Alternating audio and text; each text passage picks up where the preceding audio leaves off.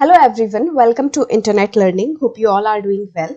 So today we are going to start with chapter number 8 of class 7 civics, and the chapter's name is A Shirt in the Market. So first of all, if you haven't watched the earlier chapters, then please click on the I button. There you will find the playlist. And if you are new to the channel, then please subscribe it and don't forget to press the bell icon so that you never miss it.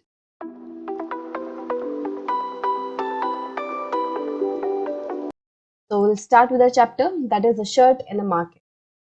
So in the last chapter, we discussed in the last topic, that is of market and equality. There we discussed that we will take the example of shirt, and from that we will try to know that is there equality in the market? Is everyone get equal opportunity in the market? So basically, with the help of this example, with the help of this story of shirt, we are going to know what happens in the market. Like the concepts we learned in last chapter, we are going to know the practicality of those chapters, those topics, that how a market works, what is the chain of market, and how that chain really works. So we are going to look at all these things in this chapter. So this chapter tells us the story of a shirt, yes, and it begins with the production of cotton and ends with the sale of shirt. तो ऐसा तो होता नहीं कि जो shirt है वो कहीं पेड़ों पे उगती है, कि भाई शर्ट का भी कोई पेड़ उगता है, ऐसा तो होता नहीं है। शर्ट को हम लोग बनाते हैं, बट आप नोटिस करोगे कि इस धरती पे हमने जो भी चीज बनाई है इंसानों ने, उसके लिए जो भी रॉ मटेरियल लगता है वो अल्टीमेटली नेचर से ही आता है, राइट? चाहे वो कुछ भी हो, शर्ट हो, चाहे वो लैपटॉप्स हो, प्लास्टिक हो, कुछ भी हो, उसके लिए अल्टीमेटली जो रॉ मटेरियल आ रहा है ना, वो नेचर से ही आएगा, वो धरती से ही आएगा, ठीक है? तो शर्ट बना रहे हैं, शर्ट किससे बनती है? शर्ट फैब्रिक से बनती है, कपड़े से बनती है। वो कपड़ा किससे बनता है? तो नॉर्मली हम इसमें देखेंगे, हम लेंगे कॉटन का एग्जाम्पल। वैसे अलग अलग तरीके के फैब्रिक होते हैं, वही सिल्क होता है, नायलॉन होता है, मतलब अलग अलग तरह के फैब्रिक होते हैं। But in this chapter we are going to talk about a shirt that is made up of cotton. तो कॉटन कहाँ से आएगी? कॉटन खेतों में उगती है, कॉटन को फार्मर्स उगाते हैं। सो it begins with the production of cotton. So what we are talking about is the journey of a shirt. So how it begins? It begins with the production of cotton. की जो cotton की खेती है, रुई की खेती है, उसके साथ शर्ट की जर्नी जो है वो शुरू होती है और एंड होती है with the sale of the shirt. और खत्म कब होती है? जब वो शर्ट जो है वो बिक जाती है अल्टीमेट कंज्यूमर को, आपके जैसे लोगों को, जो कि उसे पहनते हैं। और हम जानेंगे इस चैप्टर में कि किस तरीके से जो चेन ऑफ मार्केट है वो प्रोड्यूसर जो है कॉटन का, उसको जो शर्ट का बायर है उसके साथ जोड़ती है, राइट? कि यहाँ पे फार्मर है और यहाँ पे अल्टीमेट कंज्यूमर है जो कि शर्ट को पहनेगा। तो किस तरीके से चेन ऑफ मार्केट के थ्रू होते हुए ये जो बीच का गैप है, ये क्या है? चेन ऑफ मार्केट, इसको फिल करेंगे, अलग अलग ट्रेडर्स जो है वो फिल करेंगे, और तब जाके जो कॉटन का प्रोड्यूसर है उससे लेकर अल्टीमेट कंज्यूमर तक वो जो शर्ट है वो पहुंचेगी। Buying and selling takes place at every step in the chain. अब जो चेन होती है, the chain we are talking about, market जो चेन होती है, उसमें हर स्टेप पे बाइंग एंड सेलिंग होती है। हमने जैसे लास्ट चैप्टर में बात की थी कि यहाँ पे प्रोड्यूसर्स हैं, फार्मर्स हैं, तो वो इसको होलसेलर को बेचते हैं। Selling is taking place, then this wholesaler will sell it to some retailer. So here again selling is taking place. तो अगर हम इसके नजरिए से देखें, इसके पर्सपेक्टिव से देखें कि इसने क्या किया है, फार्मर ने इसको सेल किया है, बट होलसेलर ने सेम चीज को बाय किया है। होलसेलर के लिए वही चीज बाइंग हो गई और इसके लिए वही चीज सेलिंग हो गई। अब जब इसने आगे बेचा तो अब इसके लिए वो चीज सेलिंग हो गई और रिटेलर के लिए बाइंग हो गई। तो जो हमारी मार्केट चेन है उसके हर स्टेप पे बाइंग एंड सेलिंग होती है। बट सवाल ये उठता है कि क्या ये जो चेन है, क्या ये जो मार्केट का पूरा सिस्टम है, इससे हर किसी पर्सन को जो कि इसमें इन्वॉल्व होता है उसे इक्वली बेनिफिट होता है, उसे समान रूप से उसका बेनिफिट जो है, फायदा मिलता है, या कुछ लोगों को ज्यादा फायदा मिलता है और कुछ लोगों को कम? तो इस चैप्टर को पढ़ने के बाद हमें समझ आ जाएगा कि क्या सच में मार्केट में इक्वालिटी है कि नहीं। अ cotton farmer in Kurnool. So in this section, we are going to discuss the story of Swapna, who is a small farmer in Kurnool, and she grows cotton on her small piece of land. So why we are calling her a small farmer? Because she doesn't have a very big piece of land where she can grow her uh, crops, but she has a very small piece. बहुत ही छोटी जमीन है उसके पास जिसपे कि वो खेती बाड़ी कर पाती है. That's why we are calling her small farmer. So she is a farmer in Kurnool, and Kurnool is a place in Andhra Pradesh. तो जो उसने कॉटन की फसल उगाई थी उसमें जो बॉल्स हैं अब वो पकने लगी हैं। तो कॉटन जो है एक बॉल टाइप, उसका फ्रूट टाइप आता है, बॉल्स ही होती है जो कि बाद में बर्स्ट हो जाती है, इस तरीके से बर्स्ट हो जाती है और उसमें से ये कॉटन निकलती है। ठीक है, तो अब ये जो बॉल्स थी वो फूटने लगी हैं, वो पकने लगी हैं, बर्स्ट हो जाती हैं और जिनमें से इस तरीके से ऐसे कॉटन निकलती है। और अब स्वप्ना जो है वो इन बॉल्स में से कॉटन को पिक कर रही है, चुन रही है। और ऐसा नहीं होता कि जो जितनी भी बॉल्स है वो सारी एक ही टाइम पे फूटे, एक ही टाइम पे बर्स्ट करें। तो जो कॉटन पिकिंग का प्रोसेस है इसमें थोड़ा टाइम लग जाता है, 1-2 दिन लग जाते हैं कि एक एक करके जो बॉल्स हैं वो फूटती हैं, सारी एक साथ नहीं फूटती। इसलिए जो कॉटन पिकिंग में उसमें कुछ दिन लग जाते हैं। The balls which carry the cotton in them do not burst open all at once, so it takes several days to harvest the cotton. इसलिए थोड़ा टाइम लग जाता है कॉटन को हार्वेस्ट करने में, सारी कॉटन को चुनने में। तो जब स्वप्ना ने सारी कॉटन जो है कलेक्ट कर ली थी अपने खेत से, तो उसको कुरनूल कॉटन मार्केट में बेचने की बजाय स्वप्ना और उसके हस्बैंड जो है उनके हार्वेस्ट को, उनकी सारी कॉटन को एक लोकल ट्रेडर के पास ले गए। ठीक है, गांव में ही एक ट्रेडर था, उसके पास ले गए। ठीक है, अब उसी के पास क्यों ले गए? जो स्वप्ना और उसका हस्बैंड है वो उसको कॉटन मार्केट में क्यों नहीं ले गए? क्योंकि शुरू में क्या हुआ था, जब स्वप्ना ने ये खेती करना शुरू किया था, इस सीजन की जो खेती करना शुरू किया था, at the beginning of the cropping season की, इस बार की खेती से पहले स्वप्ना ने इस ट्रेडर से, जिस ट्रेडर के पास वो आई है, इस ट्रेडर से 2,500 रुपए जो है उधार लिए थे, लोन लिया था, ताकि वो अपनी खेती को कर सके। अब देखो खेती जो है बहुत सारी चीजें लगती हैं उसमें। सबसे पहले अगर तुम्हें कुछ उगाना है तो उसके लिए बीज लगेंगे। तो जो छोटे फार्मर्स होते हैं उनके पास इतना पैसा नहीं रहता है कि वो बीज खरीद पाए, वो फर्टिलाइजर, पेस्टिसाइड ये सब खरीद पाए। ठीक है, तो वो लोग क्या करते हैं, नॉर्मली लोन लेते हैं।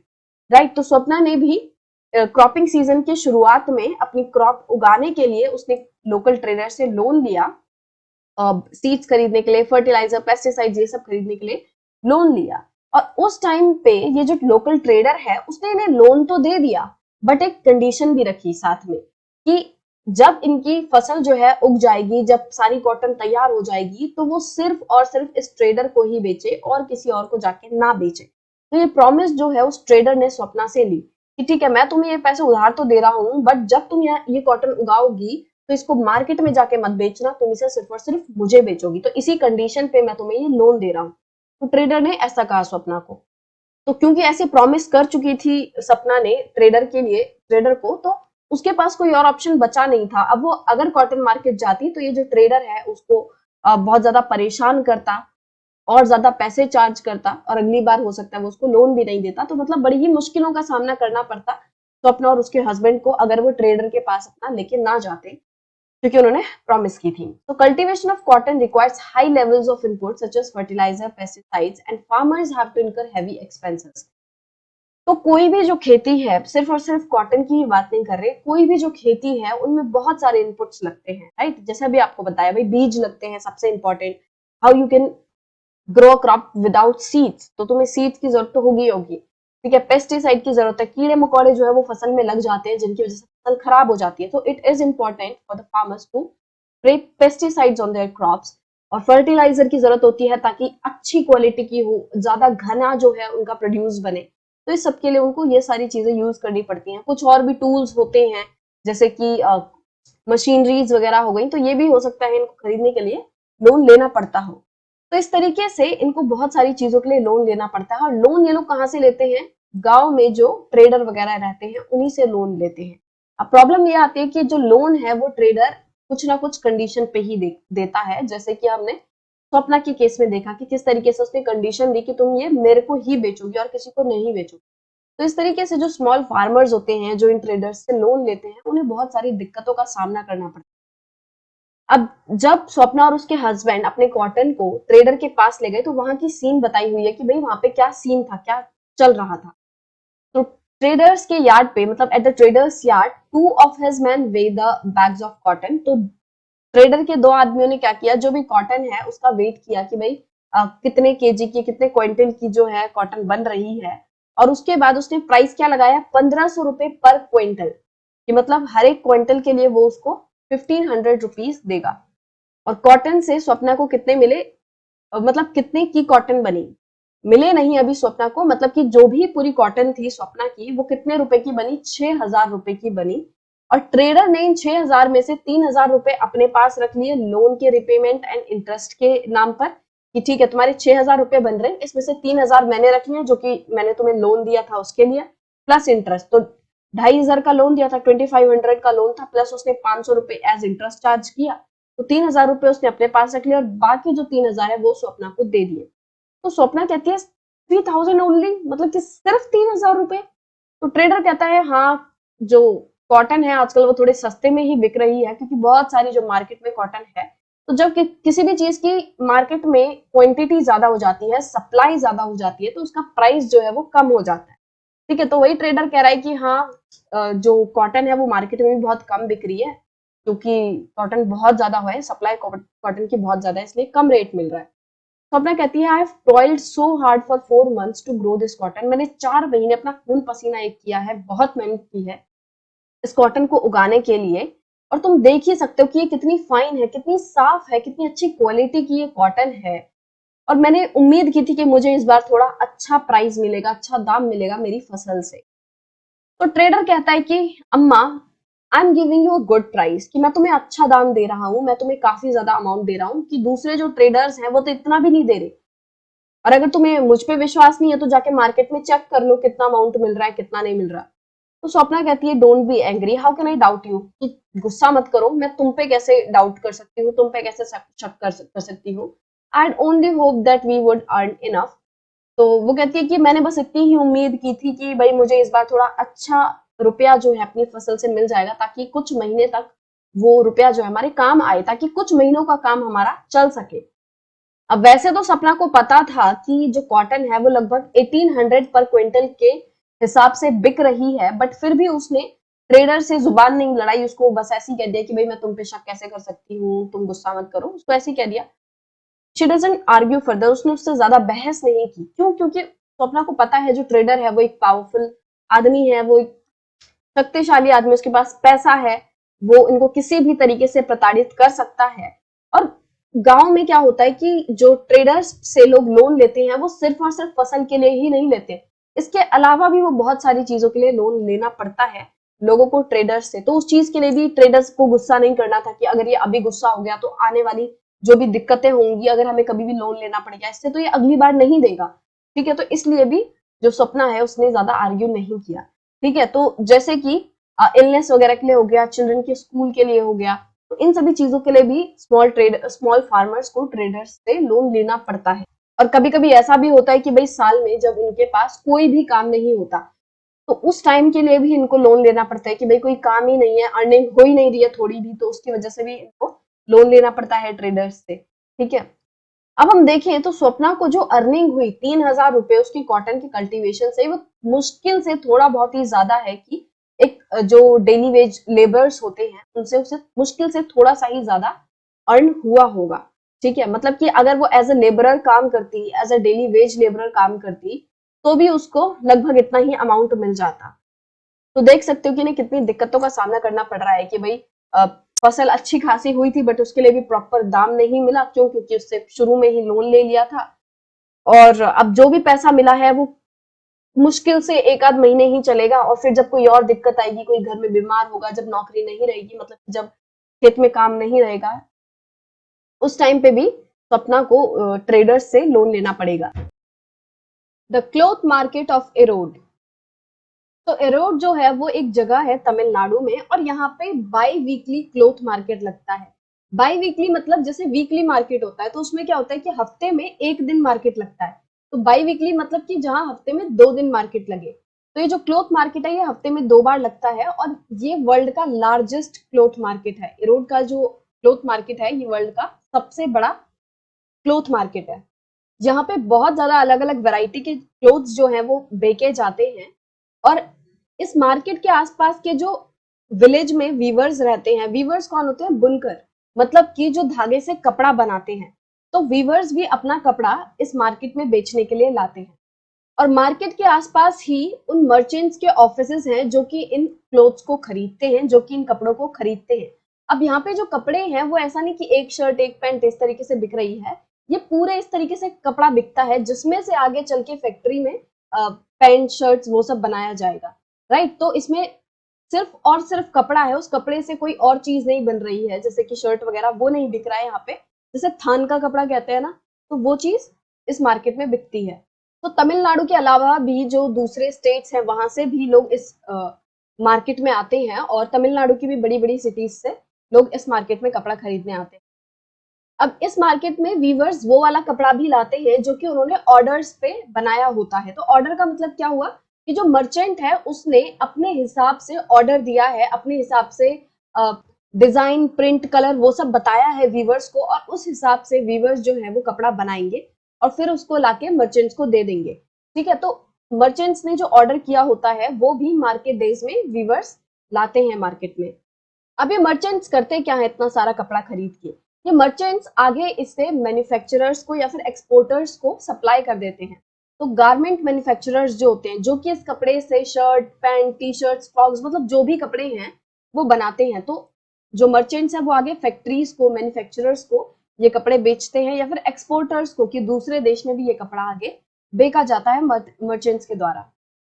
अब ये मर्चेंट्स क्या करते हैं, ये यार्न खरीदते हैं और उसके बाद इस यार्न को वीवर्स को दे देते हैं ताकि वो उनके हिसाब का कपड़ा जो है उस यार्न से बना पाए।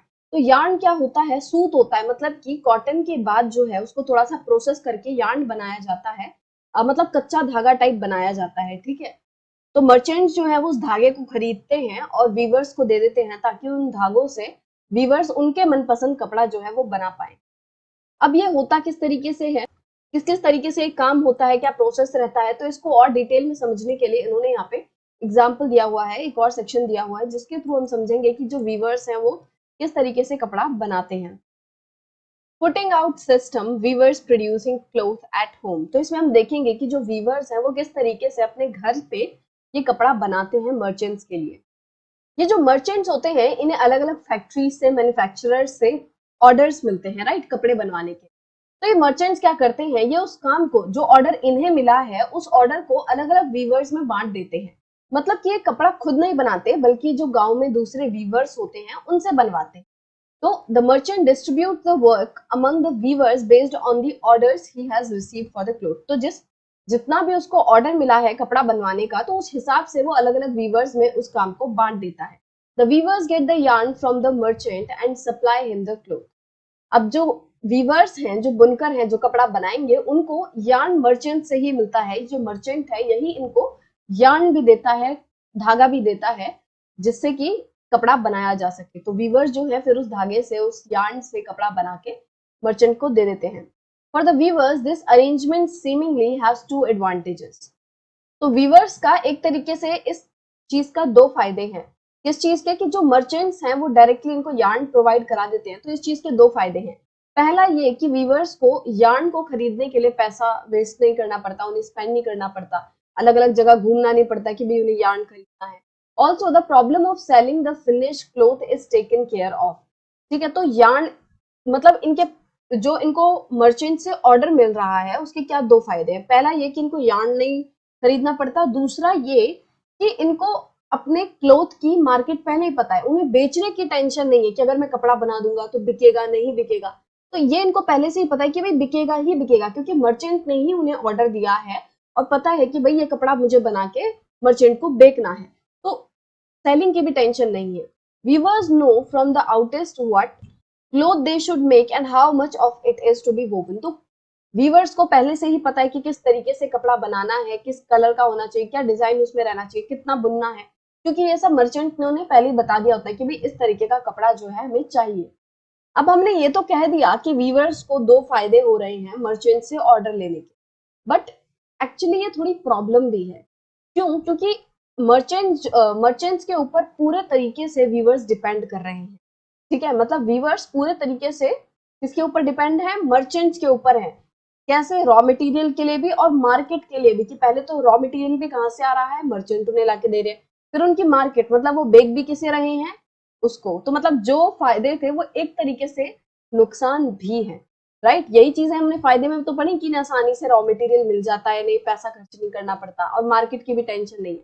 बट यही चीज जो है, इन दोनों ही चीजों को हम एक नेगेटिव वे में भी ले सकते हैं, क्योंकि इतनी ज्यादा डिपेंडेंसी किसी भी चीज पर बहुत ज्यादा खराब हो सकती है कि जो मर्चेंट हैं वो इनको ऑर्डर्स तो देंगे, कि भाई तुम्हें ये कपड़ा बनाना है, बट उसके बहुत ही कम प्राइस देते हैं बदले में, क्योंकि मर्चेंट्स को भी पता है कि ये मेरे अलावा कहीं और जाके तो बेचेंगे नहीं। तो मैंने इनको ऑर्डर दिया है, जितने का मैं ऑर्डर दे रहा हूँ, जितने पैसे मैं इन्हें दे रहा हूँ, ये उतने ही में राजी हो जाएंगे, ये और ज्यादा अगर लेंगे तो मैंने मना भी कर सकता हूँ। तो मर्चेंट क्या करता है, कम से कम पैसे जो है इन वीवर्स को देता है। तो वीवर्स के लिए दिक्कत हो गई कि नहीं हो गई, कि उनके लिए कोई और मार्केट नहीं है जहां पे वो जाके बेच सके, कि अगर कोई और उन्हें मार्केट मिले, किसी और को वो जाके बेच सके, तो क्या होगा कि अगर एक मर्चेंट कम पैसा दे रहा है तो वो दूसरे को जाके बेच देंगे कि ठीक है तुम नहीं दे रहे, मैं तो किसी को दूसरे को बेच दूंगा। बट क्योंकि यहाँ पे सिर्फ और सिर्फ एक ही को बेचना है, मार्केट सिर्फ एक ही बंदा है, उसके अलावा किसी और को बेच नहीं सकते, तो प्रॉब्लम ये आती है कि वीवर्स को उनके काम का प्रॉपर प्राइस नहीं मिल पाता, बहुत कम प्राइस उनको मिल पाता है। और इसके अलावा वीवर्स को ये भी नहीं पता होता कि भाई वो किस के लिए कपड़ा बना रहे हैं।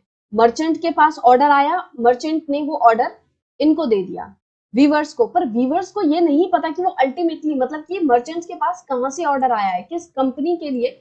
ये हो गई मैन्युफैक्चरर, जिस फैक्ट्री ने ऑर्डर दिया है, यहाँ लिख लेते हैं फैक्ट्री, ये है मर्चेंट बीच में, और ये है वीवर्स, ठीक है। तो वीवर्स जो हैं वो इस फैक्ट्री के लिए कपड़ा बना रहे हैं, पर वीवर्स को ये नहीं पता कि ये फैक्ट्री कौन है, कौन सी कंपनी के लिए कपड़ा बना रहे हैं, और आगे मर्चेंट जो है वो इनके कपड़े को किस दाम में फैक्ट्री को बेचेगा। समझ रहे हो? तो अगर मान लो वीवर्स को मर्चेंट ने बहुत कम पैसा दिया, कोई कपड़ा है मान लो, उसके लिए उन्होंने, मर्चेंट ने 10 रुपए दिए सिर्फ वीवर को, मान लो 1 मीटर कपड़े के लिए सिर्फ 10 रुपए दिए, ठीक है, और आगे ये उसको कितने में बेच रहा है, मान लो 50 में बेच रहा है, ठीक है। तो अगर वीवर को ये पता होता कि वो डायरेक्ट इस के लिए बना रहा है, इस फैक्ट्री के लिए बना रहा है, इस पर्सन के लिए बना रहा है, तो हो सकता था कि वो डायरेक्ट जाके इसको 50 रुपए में बेच देता, उसको 40 रुपए का फायदा नहीं हो जाता, कि कहाँ तो उसको मर्चेंट से सिर्फ 10 रुपए मिल रहे हैं, और अगर वो डायरेक्टली उस पर्सन को बेच दे जहां से मर्चेंट के पास ऑर्डर आ रहे हैं, तो उसको फायदा हो जाएगा, राइट। और अगर वीवर को ये पता हो कि किस दाम पे आगे मर्चेंट जो है वो फैक्ट्री को बेच रहा है, उस हिसाब से वो थोड़ी बहुत डिमांड भी कर सकता है कि तो आप बहुत कम दे रहे हो, 10 रुपए में तो नहीं चलेगा, कम से कम 20-30 तो दो। इस तरीके से वो डिमांड भी रख सकता है, बट उसको आगे कुछ नहीं पता होता कि किसके लिए वो कपड़ा बना रहा है और कितने प्राइस में मर्चेंट आगे उसे बेचेगा। तो क्या होता है, मर्चेंट्स जो है वो कपड़ा बनवाते हैं, ऑर्डर देते हैं वीवर्स को, वीवर्स को ज्यादा पैसा वो नहीं देते इन कपड़ों के लिए, और वीवर्स से कपड़ा लेके वो आगे क्लोथ मार्केट में इस कपड़े को गारमेंट फैक्ट्रीज को बेच देते हैं। और इस तरीके से जो मार्केट है पूरा वर्क करता है, और हम देखेंगे इसमें ज्यादा फायदा किसका दिख रहा है, हमें मर्चेंट्स का, राइट। तो जो मार्केट है that works more in favour of the merchants, ये जो मार्केट है वो वीवर्स के फेवर में हमें काम करता नहीं दिखाई दे रहा, हमें दिख रहा है कि मर्चेंट्स को ज्यादा फायदा हो रहा है। अब जो वीवर्स हैं वो कपड़ा हाथ से तो बनाते नहीं है, उसके लिए वो मशीन्स खरीदते हैं जिन्हें हम लूम्स कहते हैं, राइट। तो उन मशीनों को खरीदने के लिए वीवर्स के पास इतना ज्यादा पैसा नहीं होता, तो मशीन तो खरीदनी है, कपड़ा तो बनाना है, तो वो लोग क्या करते हैं, उसके लिए लोन लेते हैं, मनी बोरो करते हैं, जो कि हाई इंटरेस्ट रेट पे होते हैं, ठीक है। जैसे कि हमने स्वप्ना के केस में देखा था किस तरीके से उसने ट्रेडर्स से लोन लिया था, और जो कि बड़ा ही हाई रेट ऑफ इंटरेस्ट था, कि भाई 250 रुपए का अगर 2500 रुपए का अगर उसने लोन लिया तो उसमें 500 रुपए का इंटरेस्ट उस ट्रेडर ने चार्ज किया था, राइट। इसी तरीके से जो वीवर्स हैं वो भी पैसा उधार लेते हैं ट्रेडर्स से, बड़े जो मर्चेंट्स वगैरह होते हैं उनसे उधार लेते हैं, और वो जो मर्चेंट्स हैं, ट्रेडर्स हैं, वो इन पे बहुत ही हाई इंटरेस्ट रेट चार्ज करते हैं। हर एक लूम जो है वो लगभग 20,000 रुपए की पड़ती है, और अगर किसी वीवर को 2 लूम्स चाहिए, कि नॉर्मली भाई 2 लूम्स तो चाहिए कपड़ा वगैरह बनाने के लिए ताकि जल्दी ऑर्डर पूरा हो सके, तो उन्हें लगभग 40,000 का खर्चा आता है, ठीक है। अब ये जो लूम्स हैं वो अपने आप तो काम कर नहीं सकते कि रोबोट की तरह उन्हें चला दिया वो सारा काम खुद कर लेंगी, ऐसा नहीं होता। तो उन लूम्स को ऑपरेट करने के लिए भी लोग चाहिए, ठीक है। तो weaver and another adult member of his family work up to 12 hours a day to produce cloth. तो जो वीवर रहता है और उसके फैमिली के जो दूसरे मेंबर्स होते हैं वो लगभग 12-12 घंटे तक इन लूम्स पे काम करते हैं कपड़ा बनाने के लिए, और इस पूरे काम के लिए उन्हें लगभग सिर्फ और सिर्फ 3,500 रुपीज जो है पर मंथ मिल पाते हैं। मतलब कि वो कितनी मेहनत कर रहे हैं, उन्होंने पहले पैसा जो है वो उधार पे लिया, हाई इंटरेस्ट रेट पे लिया, ठीक है, फिर 12-12 घंटे जो है वो लोग काम कर रहे हैं मशीन पर। मतलब नॉर्मली हम 8 घंटे का काम मानते हैं, but they are working for 12 hours per day on that loom, और उसके लिए उन्हें कितना मिल रहा है, they are getting paid only and only 3,500 per month.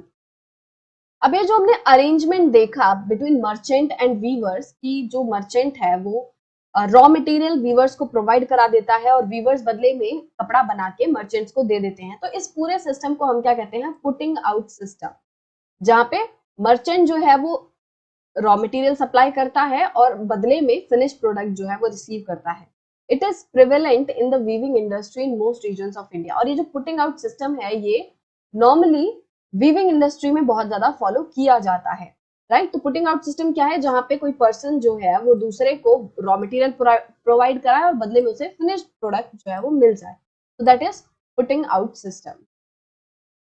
Now weavers cooperative.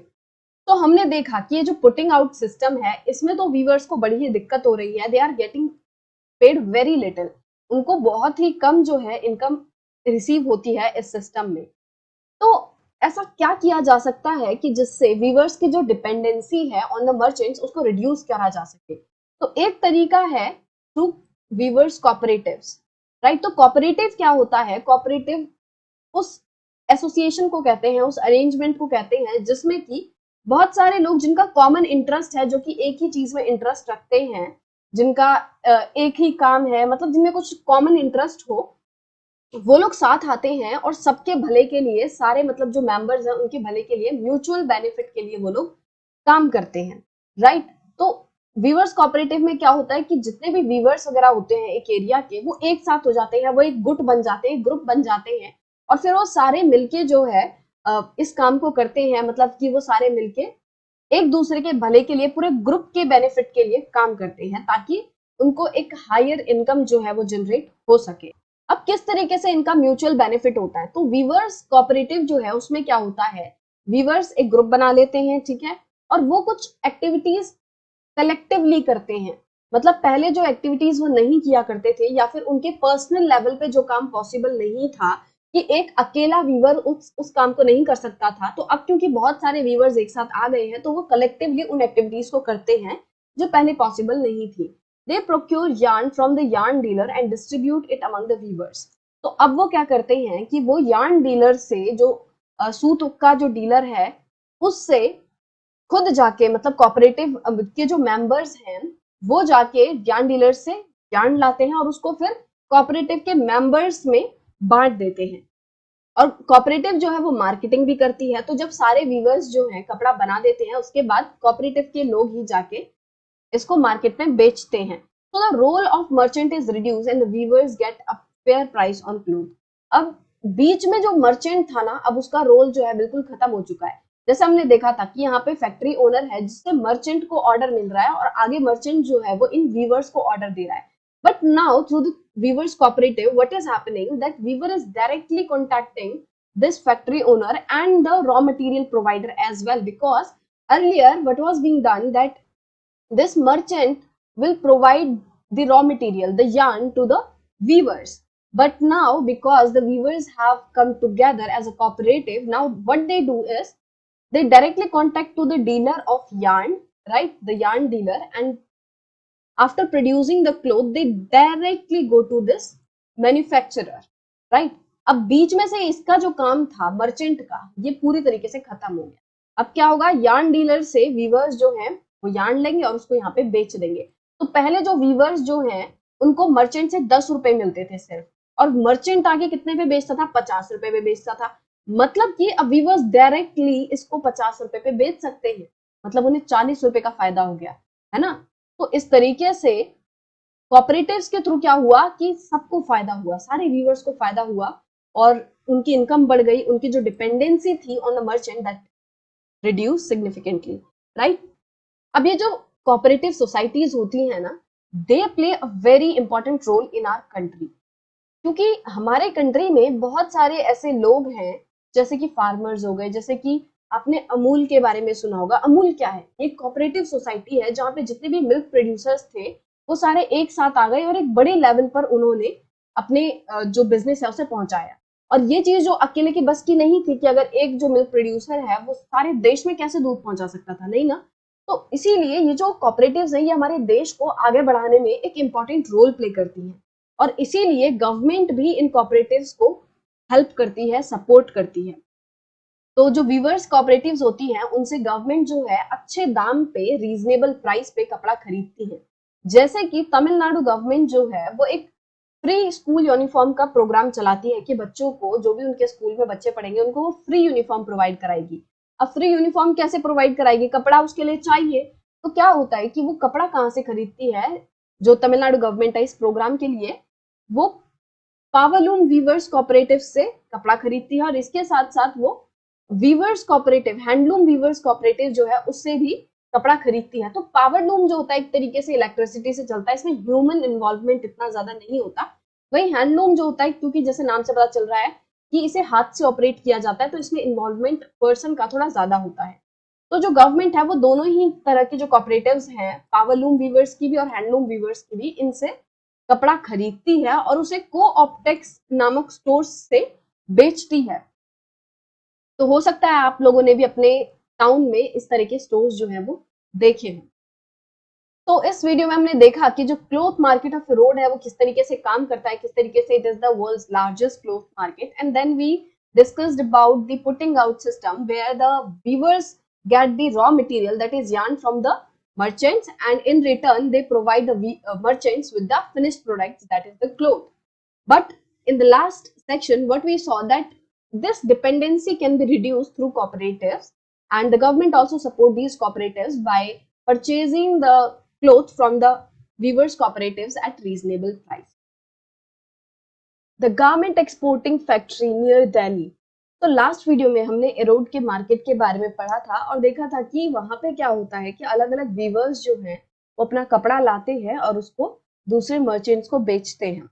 तो एरोड के मार्केट के बाद वो जो कपड़ा है वो मर्चेंट्स कहाँ पे बेचते हैं, वो फैक्ट्री ओनर्स को बेचते हैं, मैन्युफैक्चरर्स को बेचते हैं, right. So the Erode merchant supplies the cotton cloth produced by the weavers to the garment exporting factory near Delhi. तो एरोड में जो मर्चेंट्स ने वहां से कपड़ा खरीदा था, अब उन्होंने उसे कहाँ पे भेज दिया, एक गारमेंट एक्सपोर्टिंग फैक्ट्री है। गारमेंट एक्सपोर्टिंग मतलब ऐसी फैक्ट्री जो कि कपड़ों को बाहर देती है, बाहर बेचती है। एक्सपोर्ट मतलब ही क्या होता है कि जब हम दूसरे देश में, अब मतलब कि अपने देश से बाहर कोई चीज बेचते हैं तो उसको एक्सपोर्ट कहते हैं, राइट। इंपोर्ट मतलब क्या होता है, जब हम दूसरे देश से कुछ खरीदते हैं तो दैट इज इंपोर्ट। तो यहाँ पे क्या हो रहा है, गारमेंट एक्सपोर्टिंग है, मतलब कि ये जो फैक्ट्री है ये दूसरे देशों को यहाँ से कपड़ा बना बना के बेचती है।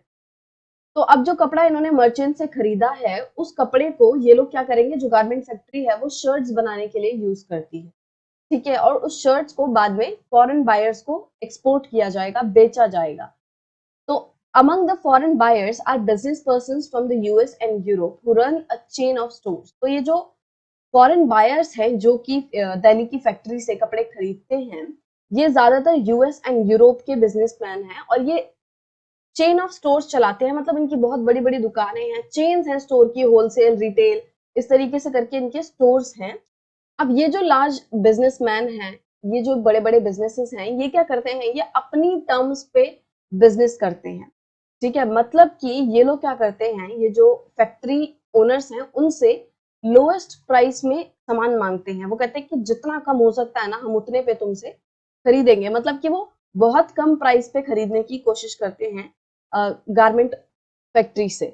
अब एक तो ये लोग क्या करते हैं कि बहुत ही कम प्राइस देते हैं फैक्ट्री ओनर्स को उनके शर्ट के लिए, और बदले में क्या कहते हैं, they set high standards for quality. मतलब कि कम पैसा देंगे बट क्वालिटी हाई होनी चाहिए, मतलब क्वालिटी एकदम टॉप वाली होनी चाहिए, और टाइमली डिलीवरी होनी चाहिए कि जिस टाइम पे बोला है उस टाइम तक कपड़ा जो है वो रेडी हो जाना चाहिए। और अगर कोई भी डिफेक्ट होगा या फिर डिलीवरी में देरी होगी तो उसको ये लोग बड़े ही स्ट्रिक्टली लेते हैं। किसकी बात कर रहे हैं अभी हम, बिजनेसमैन की। कि जो बिजनेसमैन है किस तरीके से अपनी टर्म्स पे बिजनेस करते हैं, किस तरीके से हमारे देश के जो फैक्ट्री ओनर्स हैं उनसे ये सस्ते में कपड़ा लेते हैं, बोलते हैं कि भाई अच्छी क्वालिटी होनी चाहिए, और अगर टाइम पे नहीं मिला तो स्ट्रिक्टली उसको डील करते हैं। स्ट्रिक्टली डील करना मतलब क्या हुआ, या तो कोई पेनल्टी लगा देंगे या तो और ज्यादा डिस्काउंट मांगेंगे, तो इस तरीके से वो स्ट्रिक्टली उसको लेते हैं। So the exporter tries his best to meet the conditions set by these powerful buyers। Exporter कौन है, एक्सपोर्टर मतलब कि वही फैक्ट्री, गारमेंट जो फैक्ट्री है वो क्या हुआ, क्योंकि वो एक्सपोर्ट कर रही है तो उसको इसलिए हम क्या कहते हैं, एक्सपोर्टर। तो क्योंकि ये जो फॉरेन बिजनेस पर्सन हैं ये इतनी ज्यादा स्ट्रिक्ट टर्म्स रखते हैं, इतने हाई स्टैंडर्ड्स रखते हैं, सस्ते में खरीदते हैं, तो एक्सपोर्टर जो है वो इन सभी चीजों को मीट करने की कोशिश करता है कि भाई जो भी ये बिजनेस पर्सन डिमांड कर रहे हैं उसको फुलफिल किया जाए, उनको सस्ते में दिया जाए और कॉस्ट जो है वो कम करने की कोशिश करते हैं। अब ये लोग आगे मतलब बिजनेसमैन को कब सस्ता दे पाएंगे, जब ये लोग खुद सस्ते में प्रोड्यूस करेंगे, राइट? ऐसा तो है नहीं कि ये लोग खुद महंगे में प्रोड्यूस कर रहे हैं और उनको सस्ते में दे दे। तो इसलिए क्योंकि इन्हें अपना प्रॉफिट भी निकालना होता है, तो ये लोग क्या करते हैं, फैक्ट्री ओनर्स, ये लोग सस्ते से सस्ता जो है उसको बनाने की कोशिश करते हैं, कॉस्ट को कम से कम करने की कोशिश करते हैं। अब ये कॉस्ट को कम कैसे करते हैं? They get the maximum work out of the workers at the lowest possible wages. अब ये लोग कॉस्ट को कैसे काटते हैं, क्योंकि जो बायर है वो सस्ते में ले रहा है, वो कम कॉस्ट पे ले रहा है, तो इन लोग को भी कॉस्ट काटनी पड़ेगी, कम करनी पड़ेगी। तो ये लोग क्या करते हैं, ये जो वर्कर्स होते हैं उनसे मैक्सिमम काम लेते हैं, मतलब कि जितना उनसे काम लिया जा सकता है ना, 8 घंटे, 10 घंटे, 12 घंटे, जितना उनसे काम लिया जा सकता है उतना लेते हैं और उन्हें कम से कम वेजेस देते हैं, जितनी कम पॉसिबल हो सके उतनी कम वेजेस देते हैं। मतलब कि जितना उन्होंने काम किया है उस हिसाब से वर्कर्स को पैसा नहीं मिल पाता, उन्हें बहुत ही कम मिलता है। तो इस तरीके से मतलब कि जो वर्कर्स हैं उनको कम वेजेस देके और उनसे ज्यादा काम निकलवा के जो फैक्ट्री ओनर्स होते हैं उनके प्रॉफिट जो है वो मैक्सिमाइज करने में सफल होते हैं और वो जो बायर्स हैं उनको भी चीप प्राइस पे दे पाते हैं। So this way they can maximise their own profit and also supply the garments to foreign buyers at cheap price. तो इस तरीके से मतलब वर्कर्स की इनकम कम करके उनसे ज्यादा काम निकलवा के उन्होंने अपना प्रॉफिट भी बना लिया और जो बायर्स है उनको सस्ते में भी बेच दिया। The Impex garment factory has 70 workers. So there is a factory in Delhi that is Impex garment factory और उसमें 70 वर्कर्स हैं, 70 जो लोग हैं वो काम करते हैं और उनमें से ज्यादातर जो है वो महिलाएं हैं। और ज्यादातर ये जो वर्कर्स हैं ये टेम्परेरी बेसिस पे एम्प्लॉयड हैं। टेम्परेरी बेसिस मतलब कि इनके कोई फिक्स टर्म नहीं है कि आपको 4 महीने के लिए जॉब पे रखा गया या आपको 1 साल के लिए जॉब पे रखा गया या आप परमानेंटली यहाँ पे हो, आपको हटाया नहीं जाएगा, तो ऐसा नहीं होता। मतलब कि जब भी एम्प्लॉयर को मन किया कि भाई वर्कर की जरूरत नहीं है तो वो वर्कर को हटा सकते हैं। तो क्या हो गया, ये टेम्परेरी बेसिस हो गया कि जब मर्जी एम्प्लॉयर जो है किसी भी वर्कर को हटा सकता है। और वर्कर की जो वेजेस है वो भी उनके स्किल्स के अकॉर्डिंग, उनके काम के अकॉर्डिंग फिक्स्ड है। और हाईएस्ट वेजेस किसको मिलती हैं, टेलर को मिलती हैं, और जो कि है 3,000 पर मंथ, मतलब उन्हें हर महीना टेलर्स को 3,000 रुपए मिलते हैं। यहाँ पे विमेन्स जो हैं उन्हें एज हेल्पर हायर किया जाता है, थ्रेड कटिंग के लिए, बटनिंग के लिए, शर्ट्स में बटन लगाना, आयरन करना, पैकेजिंग करना, तो इन सभी कामों के लिए विमेन्स को हायर किया जाता है। तो हम देखेंगे कैसे किस तरीके से इनकी जो वेजेस हैं वो उनके स्किल्स के बेसिस पर फिक्स है। देखोगे आप सबसे ज्यादा टेलर को मिल रहे हैं 3,000 पर मंथ। आयरनिंग के लिए क्या मिल रहा है, 1.5 रुपीज पर पीस, मतलब हर शर्ट के प्रेस करने पर उन्हें 1.5 रुपया मिलेगा। चेकिंग, चेकिंग मतलब कि भाई कोई डिफेक्ट तो नहीं है, सब कुछ अच्छे से हुआ है, तो ये सब चेकिंग करने के लिए कितने रुपए हैं, 2,000 पर मंथ। और थ्रेड कटिंग एंड बटनिंग के लिए, बटन वगैरह लगाना, धागा वगैरह काटना, इसके लिए 1,500 रुपए पर मंथ है। तो आप देखोगे कितनी ज्यादा कम वेजेस हैं इसमें। 1,500 रुपए में किसी का क्या ही होता है, कुछ भी नहीं हो पाता, राइट? बट फिर भी ये वर्कर्स जो है इतने कम पे काम करते हैं, क्यों? क्योंकि इन्हें कहीं और काम नहीं मिल पाता। तो मतलब कि जो फैक्ट्री ओनर्स होते हैं, जो गारमेंट फैक्ट्री ओनर्स होते हैं, उनको सबसे पहले तो सस्ते में फॉरेन बायर्स को सप्लाई करना होता है, क्योंकि उनकी डिमांड ये रहती है कि भाई सस्ते में लेंगे, हम अच्छी क्वालिटी का लेंगे। अब जो ये फैक्ट्री ओनर्स है ये सस्ता कहाँ से कर दें, अपने आप तो ये कुछ कर नहीं देंगे। तो ये लोग क्या करते हैं, क्योंकि क्वालिटी भी हाई चाहिए, हाई क्वालिटी है तो भी ज्यादा पैसा लगता है, तो इनके पास एक ऑप्शन जो बचता है कॉस्ट को कम करने का, वो होता है इनके पास कि भाई ये वर्कर्स की जो वेजेस है उनको कम कर दे और उनसे ज्यादा काम निकलवा लेते हैं। तो इस तरीके से ये लोग कॉस्ट को भी कम कर देते हैं, अपना प्रॉफिट भी बना लेते हैं और जो फॉरेन बायर्स हैं उन्हें भी सस्ते में बेच देते हैं। तो इस सबसे हमें क्या दिख रहा है कि बीच में पिस कौन रहा है, बीच में सबसे ज्यादा सफर कौन कर रहा है, वो वर्कर्स कर रहे हैं। जो वर्कर्स इन फैक्ट्रीज में काम करते हैं उनकी सबसे बुरी हालत होती है, क्योंकि उनको प्रॉपर उनके काम के लिए जितनी वो मेहनत कर रहे हैं उनके लिए पैसा नहीं मिलता है, राइट? और ऐसे ही हमने पिछले जो सेक्शन पढ़ा एरोड्स मार्केट वाले में, उसमें हमने देखा कि किस तरीके से वीवर्स जो है वो सबसे ज्यादा सफर करते हैं, राइट? तो वहां पे वीवर्स सफर कर रहे हैं, यहाँ पे वर्कर्स सफर कर रहे हैं। और जो फैक्ट्री ओनर्स हैं उन्हें भी फायदा हो रहा है, और जो फॉरेन बायर्स हैं उन्हें भी फायदा हो रहा है, वो दोनों को फायदा हो रहा है, बट वर्कर्स को नहीं हो पा रहा। The shirt in the United states. So last video में हमने पढ़ा था कि एरोड से मर्चेंट्स क्या करते हैं, वो क्लोथ को खरीद कर दिल्ली में जो गारमेंट फैक्ट्री है उसको बेच देते हैं। हालांकि सभी जो मर्चेंट्स हैं वो सिर्फ दिल्ली की इस गारमेंट फैक्ट्री में नहीं बेचते, तो ये हमने सिर्फ एक एग्जांपल लिया है कि किस तरीके से एक मर्चेंट ने जो अपना क्लोथ खरीदा था एरोड की मार्केट से, वो उसने दिल्ली की एक गारमेंट फैक्ट्री को बेच दिया। अब दिल्ली की वो जो गारमेंट मैन्युफैक्चरिंग यूनिट है वो क्या करती है, वो शर्ट्स बनाती है, और उस शर्ट को वो आगे जो फॉरेन बिजनेस पर्सन होते हैं उनको बेच देती है। और वो जो फॉरेन बिजनेस पर्सन हैं वो लोग बहुत बड़े बड़े स्टोर्स चलाते हैं दूसरे देशों में, राइट। तो अब देखते हैं कि यूनाइटेड स्टेट में ये जो शर्ट है वो किस तरीके से बिकती है। तो जैसा कि हमने पढ़ा था कि यूनाइटेड स्टेट्स में जो बायर्स हैं या फिर जो स्टोर कीपर्स हैं उनके बहुत बड़े बड़े स्टोर्स होते हैं, they have chains of stores, and they buy these shirts at very low price from the garment factory of Delhi, right? So a number of shirts are on display at large clothes shops in the United States. तो United state की बहुत सारी shops में इस तरीके से जो कपड़े हैं वो डिस्प्ले में रहते हैं। डिस्प्ले में क्या होता है कि जैसे दुकानों में कपड़े आप बहुत सारे टंगे नहीं देखते हो, तो कस्टमर्स को दिखाने के लिए और उन्हें अट्रैक्ट करने के लिए इस तरीके से दुकान में कपड़ों को लगाया जाता है, किसी भी सामान को डिस्प्ले किया जाता है, ताकि जो कस्टमर्स हैं वो ये समझ पाए कि इस दुकान में बिक क्या रहा है और वो और अट्रैक्ट हो उसको खरीदने के लिए। तो वही होता है डिस्प्ले। तो डिस्प्ले पे इन शर्ट्स को लगाया जाता है यूनाइटेड स्टेट्स में, और इसका प्राइस कितना रखा जाता है, $26, $26। इसका मतलब अराउंड 1800 रुपीज की ये जो शर्ट है वो बेची जा रही है यूनाइटेड स्टेट्स में।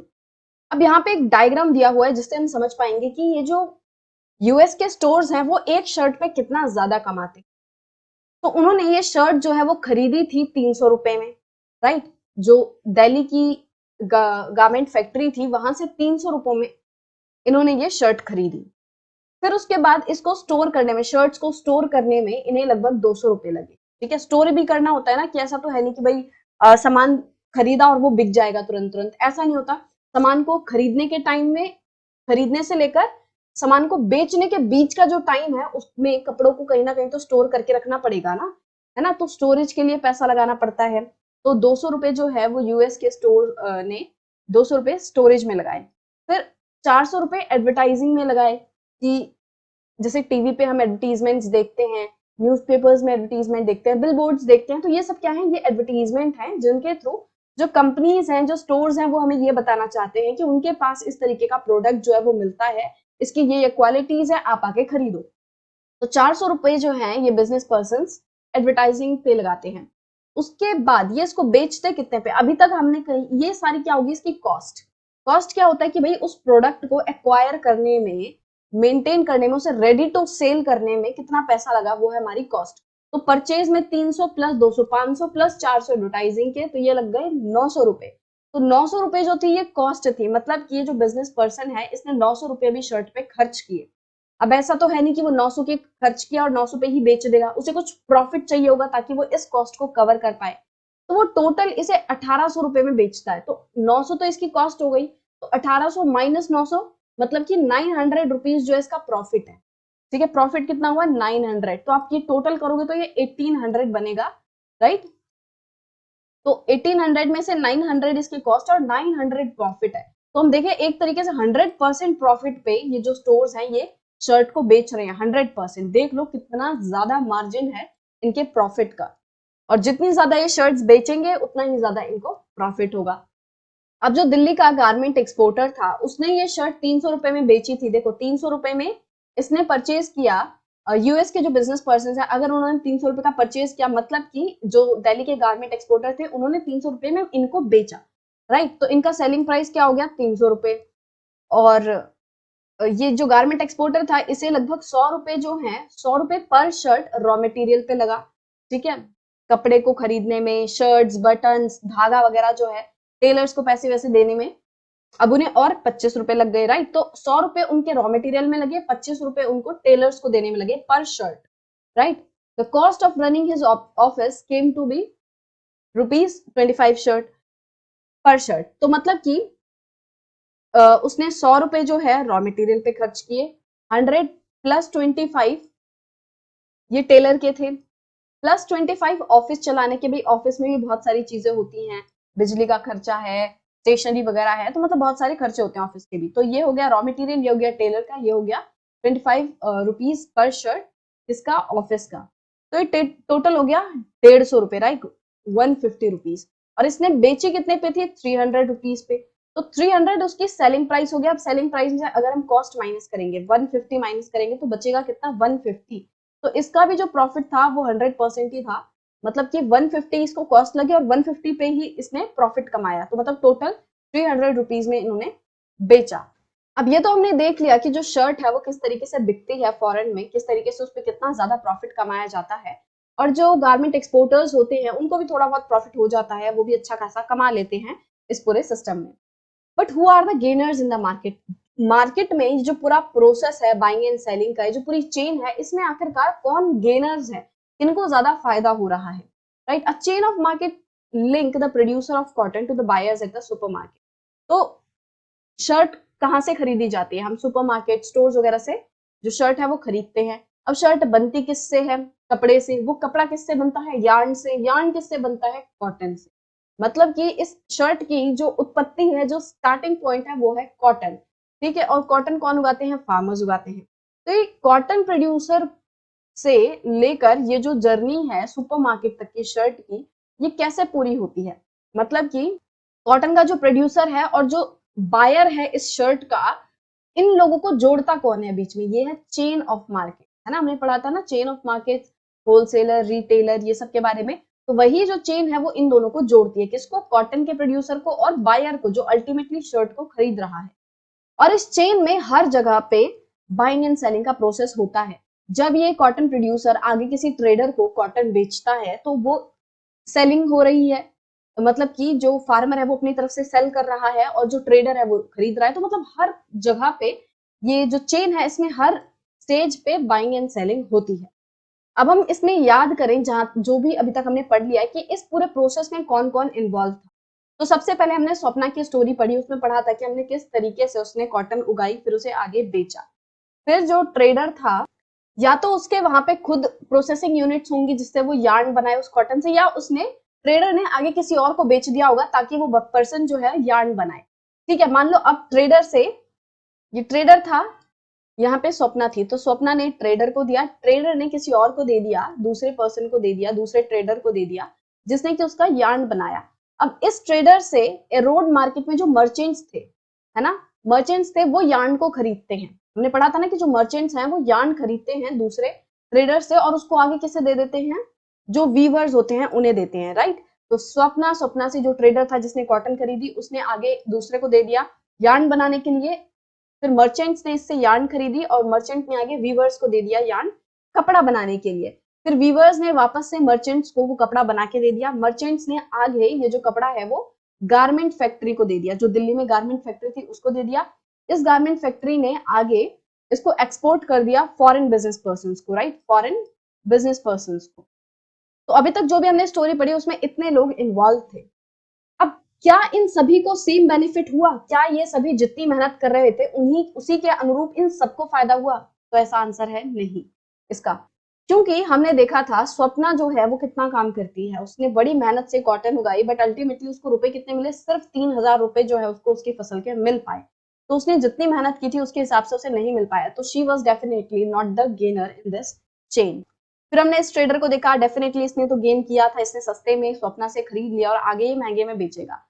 फिर बीच में इस ट्रेडर ने जो यार्न बनाया था वो भी, उसने भी अच्छा खासा कमाया होगा। फिर मर्चेंट्स थे, मर्चेंट्स ने भी सस्ते में यार्न खरीदा, उसको वीवर्स को दे दिया, फिर सस्ते में ही उसने कपड़े वापस लिए। कपड़े जो खरीदे वो बहुत ही सस्ते में ये लोग वीवर्स को लेते हैं। तो वीवर्स को जितनी वो मेहनत करते हैं, 12-12 घंटे वो लोग मशीनों पे लगते हैं, उन लूम्स पे लगते हैं, तो उनको उतना प्रॉफिट नहीं हो पाता। तो ये जो स्वप्ना हो गई, स्वप्ना है, और जो वीवर्स हैं, वीवर्स भी स्वप्ना की ही तरह ज्यादा गेन नहीं कर पाए। ये they were also not the gainers. फिर हमने गारमेंट फैक्ट्री की बात की। अब गारमेंट फैक्ट्री में बहुत सारे वर्कर्स थे, टेलर्स थे, women who were helping the tailors and all. So they were also not the gainers, the helpers in the garment factory, right? And then the foreign business persons, these are the persons who gains the most, who got the maximum profit. ये जो foreign business persons थे, इनको सबसे ज्यादा profit हुआ। तो हम देखेंगे जो भी ट्रेडर्स वगैरह थे, जो बिजनेस पर्सन थे, उन्हें तो फायदा हुआ, बट जो वर्कर्स थे, जो वीवर्स थे, जो स्वप्ना जैसे छोटे फार्म, उन्हें फायदा देखने नहीं मिला। उन्होंने जितनी मेहनत की थी उसके हिसाब से उन्हें पैसा नहीं मिला। तो स्वप्ना हो गई, वीवर्स हो गए, और ये जो वर्कर्स हो गए जो गारमेंट फैक्ट्री में काम कर रहे थे, टेलर्स हो गए जो टेम्परेरी बेसिस पे जिनको एम्प्लॉयमेंट मिली हुई थी, तो ये सभी लोग जो हैं ये गेनर्स नहीं थे, राइट। भले ही हम कहें कि इन लोगों ने ट्रेडर से, मर्चेंट से, इनसे ज्यादा मेहनत की, बट फिर भी इन्हें ज्यादा पैसा या ज्यादा इनकम जो है नहीं मिली। Market and equality. So in the last chapter, we ended that chapter with the same section, with the same heading, that market and equality. And in that section, we raised the question that whether all the people who are engaged in this chain of market, who are engaged in the market, get same profit, same opportunities or not. And now again in this chapter, we are ending this chapter with the same topic, market and equality. But in this section, we are trying to find the answer. We are trying to conclude that all the people in the market does not get the same profit, are not equal, right? So in the last video we have discussed pretty much about this section, about the market and equality, that how the market, the persons, the business persons who are the foreigners who run big stores in the foreign countries, so they earn huge profits, right? But the garment exporters make a little less than the profit made by the foreigners, right? तो इसमें हमें इतने से ही दो लोगों के comparison में ही हमें पता चल गया कि जो ये दोनों हैं, they are not earning the same profits. कि जो फॉरेनर्स थे, मींस ये जो लोग थे जिन्होंने जो यूएस में रह रहे हैं, जो यूरोप में रह रहे हैं, जिन्होंने दिल्ली की गारमेंट फैक्ट्री से शर्ट्स खरीदी थी, तो वो लोग कितना प्रॉफिट कमा रहे थे? They were earning 900 rupees per shirt. उनका 900 कॉस्ट था, 900 रुपीज वो प्रॉफिट कमा रहे थे, और वो 1800 रुपए पे बेच रहे थे, राइट। तो इनका प्रॉफिट कितना हुआ? 900। वही जो एक्सपोर्टर थे वो अराउंड 150 रुपीज जो है पर शर्ट कमा रहे थे। मतलब दिल्ली की ये जो गारमेंट फैक्ट्री थी, उसके जो ओनर हैं वो लगभग 150 रुपए हर शर्ट पे कमा रहे थे। तो देखो, जिसने इंपोर्ट किया, मतलब कि जो फॉरेन बिजनेस पर्सन है उसने एक शर्ट पे 900 रुपए कमाए, और जो एक्सपोर्टर है उसने सिर्फ 150 कमाए। तो इन्हीं दोनों के बीच में देखो कितना ज्यादा डिफरेंस है। वहीं अगर हम बात करें उन लोगों की जो कि गारमेंट एक्सपोर्ट फैक्ट्री में काम करते थे, विमेन्स हो गई, टेलर्स हो गए, उनको मुश्किल से उतनी इनकम मिलती थी कि जिससे वो अपने घर का खर्चा, डेली खर्चा जो है वो चला पाए। मतलब कि उनकी इनकम में वो अपना डेली का खर्चा भी बड़ी मुश्किल से चला पा रहे थे। फिर हमने स्मॉल कॉटन फार्मर्स वगैरह देखे, वीवर्स देखे जो कि अरोड के मार्केट में कपड़ा बुनकर बेचते थे, तो इनकी हालत भी बहुत ज्यादा खराब थी। They were also not getting sufficient amount for their work. The hard work they put in, the long hours they put in, they were not getting the actual amount for their hard work.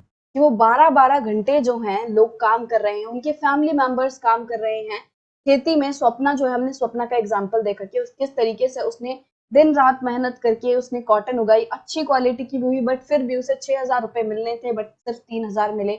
और जो trader था उसने बहुत ही कम दाम में उसकी cotton जो है वो खरीदी। तो इस तरीके से जो छोटे लेवल पे काम कर रहे हैं, जिनका इतना बड़ा बिजनेस नहीं है, जो अमीर नहीं है, उन लोगों को उनके मेहनत का सफिशिएंट अमाउंट में मनी नहीं मिल पाता। उनको उनके मेहनताना जो है उनके मेहनत के हिसाब से नहीं मिल पाता। और वही हम बात करें जो मर्चेंट्स एंड ट्रेडर्स हैं, वो कहीं ना कहीं बीच में लाई करते हैं। मतलब कि वो वीवर्स वगैरह से तो ज्यादा कमाते हैं, जिन वीवर्स से वो कपड़ा खरीदते हैं, राइट। हमने पढ़ा था ना कि मर्चेंट क्या करते हैं, यार्न किसी और से लेते हैं, यार्न खरीद कर वीवर्स को देते हैं, और वीवर्स क्या करते हैं, उस यार्न से कपड़ा बनाते हैं और फिर मर्चेंट को देते हैं। तो मर्चेंट्स जो हैं वो कहीं ना कहीं वीवर्स से ज्यादा कमाते हैं, बट फैक्ट्री ओनर्स से, जो गारमेंट फैक्ट्रीज हैं जो एक्सपोर्ट कर रही हैं, उनसे कम कमाते हैं, राइट। तो ये कहीं ना कहीं बीच में है। तो ये भी उतना नहीं कमा रहे जितना कि एक फैक्ट्री ओनर कमा रहा है, और एक फैक्ट्री ओनर उतना नहीं कमा रहा जितना कि फॉरेन बिजनेस पर्सन कमा रहे हैं। Thus not everyone gains equally in the market. तो इससे हमें साफ पता चलता है कि सभी लोगों को सेम फायदा नहीं होता मार्केट में, किसी को ज्यादा होता है, किसी को कम होता है।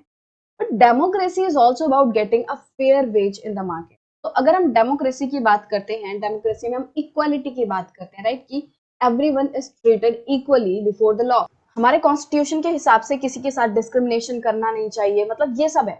और डेमोक्रेसी में एक फेयर वेज का भी सिस्टम है कि भाई सबको उसके मेहनत के हिसाब से एक फेयर वेज मिलनी चाहिए, अच्छा पैसा मिलना चाहिए, कि जितनी उसने मेहनत किया उस हिसाब से, जितना उसने काम किया उस हिसाब से उसे वेज मिलनी चाहिए। अब भले ही हम कांता या स्वप्ना की बात कर लें, if families don't earn enough, how would they think of themselves as equal to others. अगर कोई पर्सन जो है वो दूसरों के जितना नहीं कमाएगा तो वो किस तरीके से अपने आप को दूसरों के समान समझेगा। और देखो, ये जो जितना भी डिफरेंस है ना, अगर हम देखें, जो ये इनइक्वालिटी आती है वो शुरू ही गरीबी से होती है ना। कैसे कि अगर कोई गरीब है, अगर उसको ज्यादा पैसा नहीं मिल रहा है तो वो मुश्किल से खा पाएगा, वो अपना पेट भी नहीं भर पाएगा, पेट नहीं भर पाएगा, उसको बीमारियां होंगी, ज्यादा बीमारियां होंगी तो वो फिर से अच्छा काम नहीं कर पाएगा और कम कमाएगा। ठीक है। अगर उसके पास पैसा नहीं है, वो अपने बच्चों को स्कूल नहीं भेज पाएगा, उसके बच्चे जो है एजुकेटेड नहीं रहेंगे, उसको प्रॉपर एजुकेशन नहीं मिल पाएगी, और जब एजुकेशन नहीं मिल पाएगी तो वो आगे भी किसी अच्छी नौकरी में नहीं लग पाएगा, और फिर वो सेम चेन चलती जाएगी कि पहले कोई पेरेंट्स थे, ये अच्छा नहीं कमा पा रहे थे, वो बच्चों को भी नहीं पढ़ा पाए क्योंकि उतनी इनकम नहीं थी। अब बच्चे भी जो है फिर वो अच्छी जॉब नहीं ले पाए, फिर वो भी वैसा ही काम करते रहे जैसे उनके पेरेंट्स कर रहे थे। अगेन फिर ये सेम जो है गरीबी जो है आगे बढ़ती ही जाएगी, चेन बढ़ती ही जाएगी। वहीं अगर हम अमीर की बात करें, कोई अमीर है, उसके पास अच्छा खाने के लिए है, अच्छा पहनने के लिए है, वो अच्छे से स्कूल जाता है, उसका हेल्थ अच्छी है, जब वो स्कूल वगैरह जाएगा, एजुकेशन अच्छी लेगा, तो उसको अच्छी नौकरी मिलेगी, अच्छा बिजनेस खड़ा करेगा, अच्छा कमाएगा, जब अच्छा कमाएगा तो उसके आगे भी वो फिर अपने बच्चों को और पढ़ाएगा और वो कमाएंगे। तो इस तरीके से अमीर जो है और अमीर होते जाते हैं और गरीब जो है वो और गरीब होते जाते हैं। तो जब कोई पर्सन इक्वल दूसरे के समान नहीं कमाएगा तो वो अपने आप को दूसरे के समान कैसे समझ पाएगा। ठीक है, तो वो अपने आप को दूसरे के समान नहीं समझ पाएगा, वो अपने आप को दूसरे से कम समझेगा। अगर वो कम कमा रहा है तो वो अपने आप को कम समझेगा, और अगर कोई ज्यादा कमा रहा है तो वो क्या समझेगा कि जो लोग उससे कम कमाते हैं वो उससे छोटे हैं, उनको वो बिल्कुल भी अच्छे से ट्रीट नहीं करेगा। तो इस तरीके से इनइक्वालिटी है मार्केट में।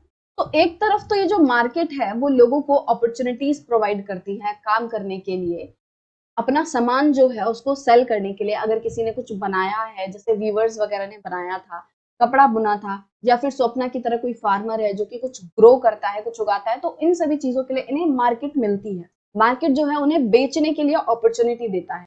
वहीं जो रिच एंड पावरफुल हैं, वो सबसे ज्यादा जो है अर्निंग कमाते हैं इस मार्केट से, उन्हें सबसे ज्यादा फायदा होता है। ये रिच एंड पावरफुल वो लोग हैं जिनके पास पैसा है, जो बड़ी बड़ी फैक्ट्रीज ओन करते हैं, जिनकी बड़ी बड़ी शॉप्स हैं, बड़ी बड़ी जमीनें हैं, जमींदार हैं, बहुत पैसे वाले लोग हैं। तो ज्यादातर अमीरों को ही मार्केट से फायदा होता है। The poor have to depend on the rich and the powerful for various thing. और वहीं जो गरीब लोग हैं उन्हें इन अमीर लोगों पे बहुत सारी चीजों के लिए डिपेंड रहना पड़ता है।